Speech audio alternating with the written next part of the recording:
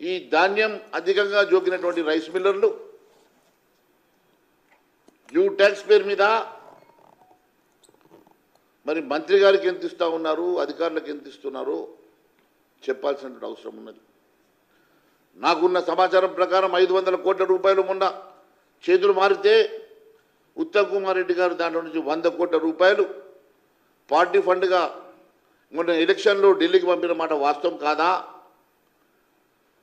మీ KC వేణుగోపాల్కి నువ్వు 100 కోట్లు ఇచ్చి నీ మిత్ర సహచర మంత్రులు ఇస్తున్నారు, నేను ఇవ్వకుంటే మళ్ళీ వెనకబడిపోతా, రేపు అవకాశం వస్తే నేను రేసులోకి వెళ్ళి తప్పుకోవాల్సి వస్తుంది, నేను కూడా రేసులో ఉన్నానని చెప్పుకోవడానికి కోసం నువ్వు 100 కోట్ల రూపాయలు ఢిల్లీకి పంపిన మాట వాస్తవం కాదా?